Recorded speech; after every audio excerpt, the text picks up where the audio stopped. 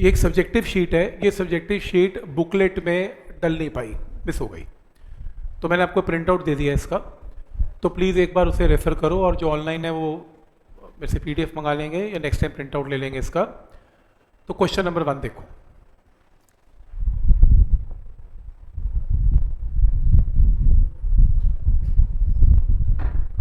तो question number 1 है, charge particle is projected in perpendicular magnetic field of. तो charge particle को magnetic field के 90 डिग्री पे प्रोजेक्ट किया, तो it will move in a circle. तो बी वेक्टर पता है, acceleration of the particle given है, आपको एक्स निकालना है, एक्सेलरेशन भी वेक्टर फॉर्म में गिवन है।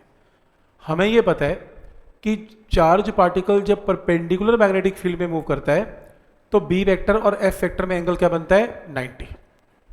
ये बी वेक्टर तो बोर्ड के अंदर होता है, एफ वेक्टर टुवर्ड सेंटर होता है, तो 90 डिग्री है, और जिस तरफ फोर्स है उसी तरफ एक्सेलरेशन है, तो अगर फोर्स और बी में एंगल 90 तो एक्सेलरेशन और बी में भी एंगल 90। और अगर, अब ये +1 का टॉपिक है, अगर दो वेक्टर में एंगल 90 तो उनका डॉट प्रोडक्ट क्या होगा, 0। तो लो, ए वेक्टर पता है, डॉट बी वेक्टर पता है, आई को आई के साथ, जे को जे के साथ, इक्वल टू 0 करके निकाल लेना, एक्स की वैल्यू आ जाएगी। मेथड समझ में आ रहा है कि क्या लॉजिक है इसमें, कैसे निकलेगा आंसर, क्लियर है, क्योंकि वेक्टर्स आपस में 90 डिग्री पे हैं, तो इसलिए इनका डॉट प्रोडक्ट क्या आएगा, 0। पहला स्टेप क्लियर। जैसे नेक्स्ट क्वेश्चन,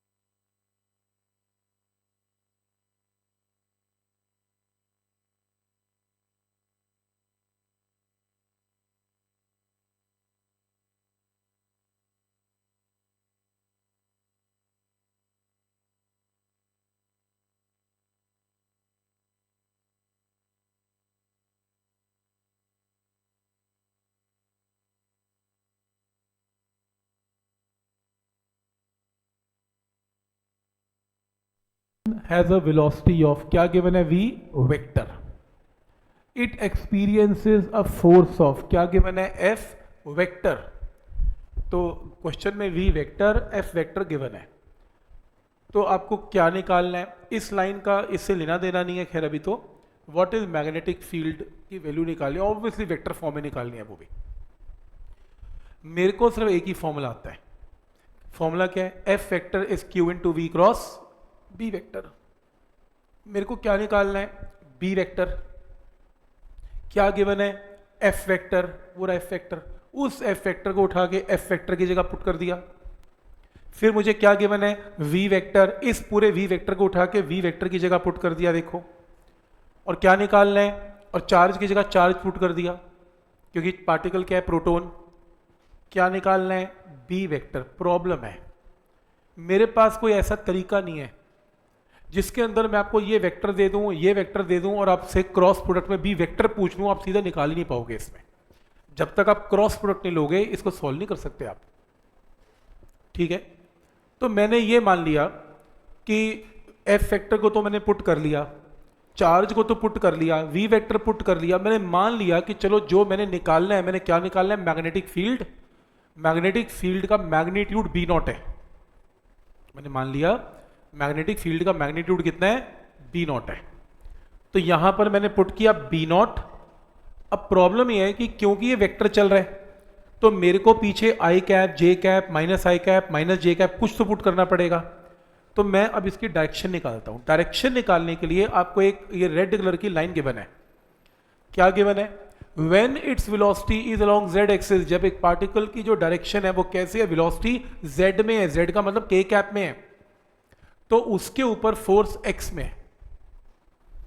तो मुझे पता है कि जो फोर्स होती है उसकी जो डायरेक्शन होती है वो v क्रॉस b के जो नया वेक्टर आएगा उसके परपेंडिकुलर होती है, मतलब जो भी इसको क्रॉस प्रोडक्ट करके नया आंसर आएगा उसके 90 डिग्री पे होगी। तो जैसे उसने बोला कि velocity is along Z axis, तो मैंने इसके नीचे क्या लिख दिया, के cap, and force along x axis, तो इसके नीचे क्या लिख दिया, आई कैप। अब ये वेक्टर का रूल है, +1 का दिमाग लगाओ, क्या कि यहां पर के कैप क्रॉस क्या करूं कि मेरा आंसर क्या आ जाए, आई। तो आप वेक्टर का फॉर्मूले चेक कर लेना क्रॉस प्रोडक्ट के, आंसर क्या, -j। इसलिए मैंने डायरेक्शन ऑफ बी वेक्टर निकाल लिया -j, इसलिए बी नॉट के साथ क्या लगा दिया, -j। कैसे पता लगा -j, समझ में आ रहा है, वहां से पता लगा -j, पुट कर दिया। क्या है पॉइंट, यहां तक क्लियर है। अब ये क्रॉस प्रोडक्ट का क्वेश्चन बन गया +1 का, कैसे। अब लेफ्ट हैंड साइड पे तो के कैप में बन गई टर्म, राइट हैंड साइड में आई को जे से क्रॉस प्रोडक्ट लेंगे तो आंसर क्या आएगा, के कैप, और जे क्रॉस जे क्या होता है, 0, ये तो कट जाएगा। तो राइट हैंड साइड में मल्टीप्लाई करके भी आंसर के कैप में आ जाएगा। लेफ्ट में तो ऑलरेडी के कैप है, राइट में भी के कैप आ जाएगा। तो जो भी आंसर आएगा के कैप का कोई कोफिशिएंट होगा नंबर, इधर से भी के कैप का कुछ नंबर होगा, दोनों को इक्वेट कर लेना, वहां से बी नॉट की वैल्यू आ जाएगी, आंसर आ गया। इसका क्रॉस प्रोडक्ट करना पड़ेगा, आई क्रॉस जे के करना पड़ेगा। तो राइट हैंड साइड में कुछ नंबर इनटू के कैप आएगा, लेफ्ट में तो ऑलरेडी के कैप है, तो के कैप का कोफिशिएंट, के कैप का कोफिशिएंट कंपेयर करके आपका फाइनल आंसर आएगा, जो कि क्या आएगा, बी वेक्टर 0.4 आएगा। आइडिया समझ में आ रहा है कि क्या करना है इसमें, लॉजिक समझ में आ रहा है कि क्या रूल है इसमें, कोई डाउट है इसमें, ठीक है यहां तक ठीक समझ में आ रहा है क्या करना है। +1 का क्वेश्चन ज्यादा है ये। अब जैसे मैंने ये भी नहीं किया, +1 का टॉपिक है, कैसे, चार्ज गिवन है Q has instantaneous velocity, V vector given है, uniform magnetic field, B vector given है, फोर्स निकालो। भाई फोर्स का फॉर्मूला ही मेरे को एक आता है क्रॉस प्रोडक्ट में, और ये फॉर्मूला है। चार्ज की जगह क्या पुट करना है, -4 × 10⁻⁻6। V वेक्टर की जगह ये पुट करना है, B वेक्टर की जगह ये पुट करना है। आगे मैंने सॉल्व नहीं किया, आपको +1 के अंदर क्रॉस प्रोडक्ट सिखाया था, दो टर्म का क्रॉस प्रोडक्ट कैसे लेते हैं, आई -j k, वो पूरा वो बनता है, और फिर उसके बाद मैट्रिक्स बना के उसको सॉल्व करते हैं। तो ये लंबा क्वेश्चन है, तो ये वेक्टर प्रोडक्ट के ऊपर बेस्ड है। तो मैं आपको तरीका बता रहा हूं कि इस क्वेश्चन को कैसे अटेम्प्ट करना है, समझ में आ रहा है यहां तक, कोई डाउट है इसमें। तो +1 का क्रॉस प्रोडक्ट का क्वेश्चन है, और आप एक्सपेक्ट नहीं कर सकते कि +1 का क्रॉस प्रोडक्ट यहाँ पर क्लास में करवाया जाएगा, फिर तो हो गया सिलेबस कंप्लीट। और जिसको दिक्कत है कोई बात नहीं, आप मेरे से आधे घंटे की रिकॉर्डिंग ले लें, how to solve cross product, 15 minute की ले लें, बस 15 मिनट में क्रॉस प्रोडक्ट आ जाएगा। जिसको भूल गया है वो मेरे से ले लें, मैं इतनी हेल्प कर सकता हूँ। जैसे ये क्वेश्चन है,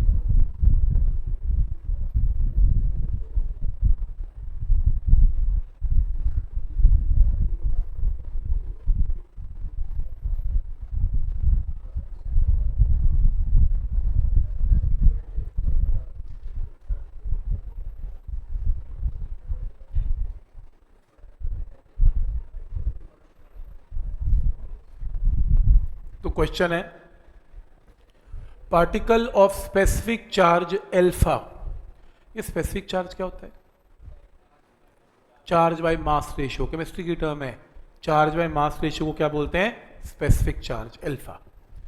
enter the uniform magnetic field, जिसके आगे क्या लिखा हुआ है, -B0 k cap, -k cap, -k cap का मतलब k कैप का होता है बोर्ड के बाहर, -k कैप का होता है बोर्ड के अंदर। तो देख रहे हो क्रॉस, तो मैग्नेटिक फील्ड यहां पर क्रॉस है, क्रॉस का मतलब बोर्ड के इनसाइड है, तो मैग्नेटिक फील्ड बोर्ड के इनसाइड है।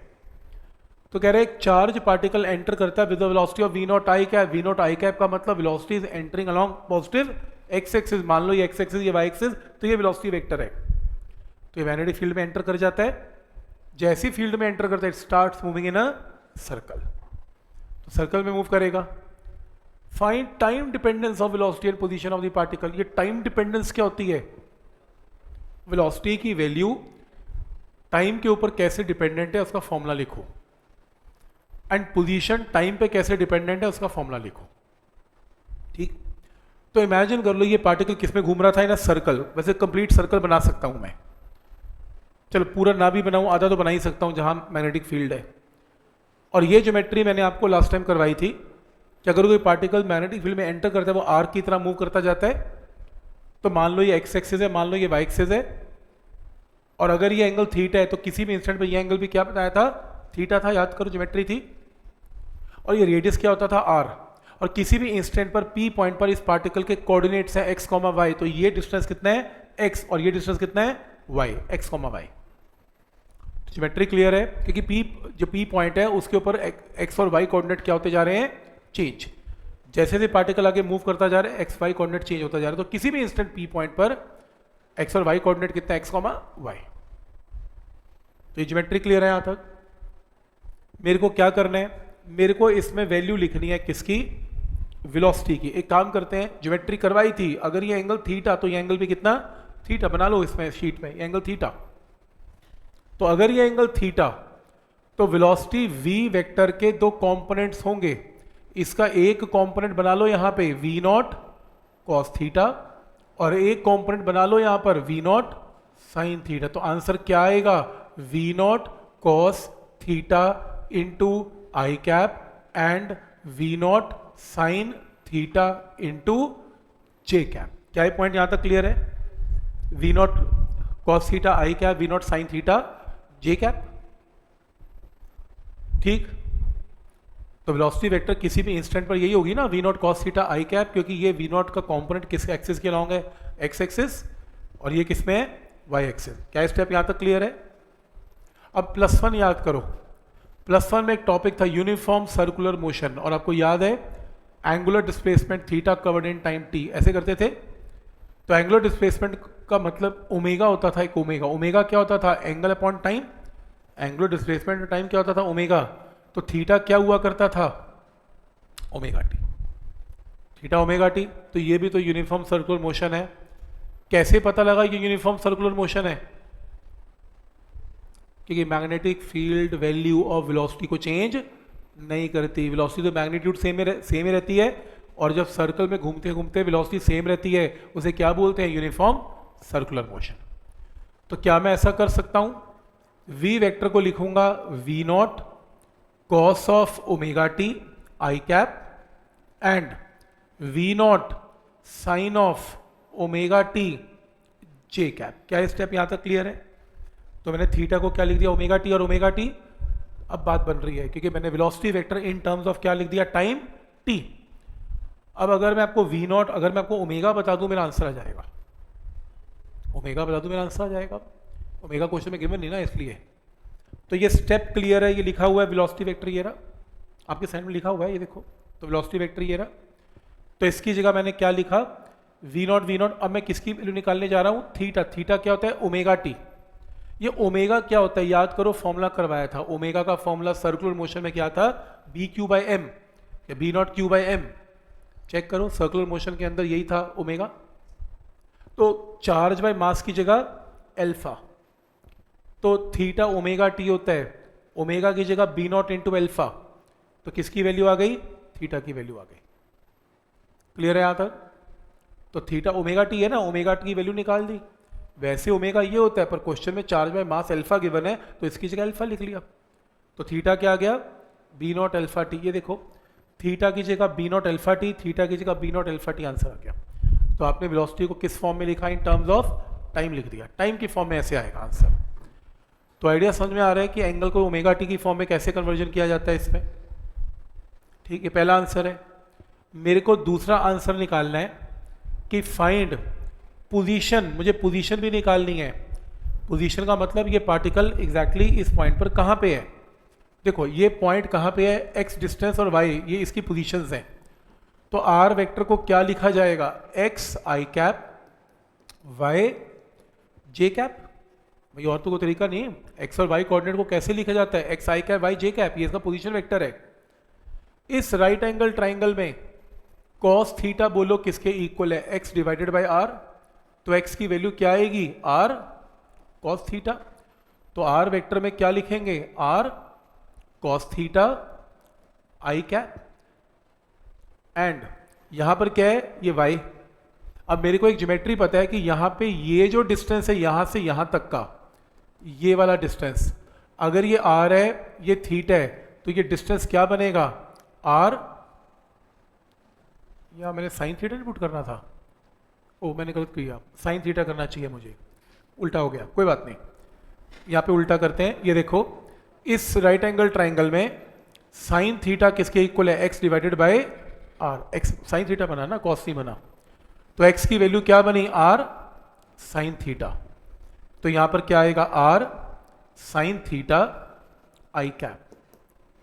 अब मुझे वाई निकालना है, ये डिस्टेंस क्या बनेगा,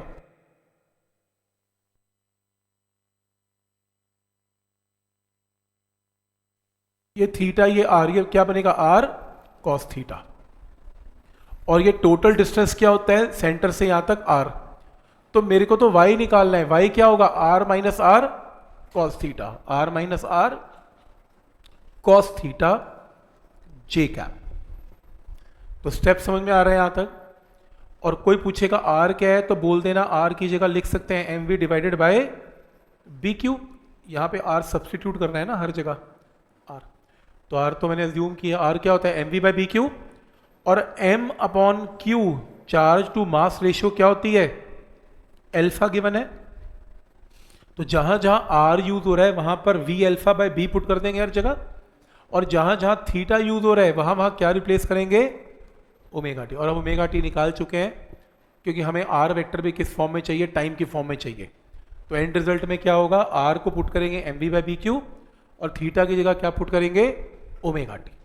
तो मतलब मुझे पता नहीं है क्वेश्चन आया कि नहीं आया, वैसे मेरे को लगता नहीं है, मतलब सीबीएसई में तो नहीं लगता, बट आपको ये कम से कम रिप्रेजेंटेशन पता होनी चाहिए, मैथ्स पता होना चाहिए, ये कहीं पर भी फिजिक्स यूज नहीं हो रही, ये तो वेक्टर और कोऑर्डिनेट ज्योमेट्री यूज हो रही हैं, जहां से आप इसमें कोऑर्डिनेट से वैल्यूज को निकाल रहे हैं। तो समझ में आ रहा है कि कैसे करना है, कौन सा पार्ट,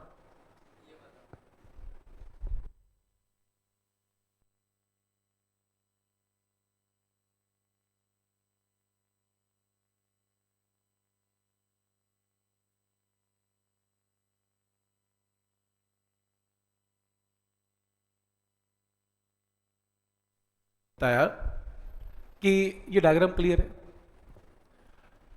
यहां पे ये एंगल थीटा क्लियर है, तो जो वेलोसिटी वेक्टर है इसके दो कंपोनेंट्स क्लियर है, V not cos theta and V not sine theta.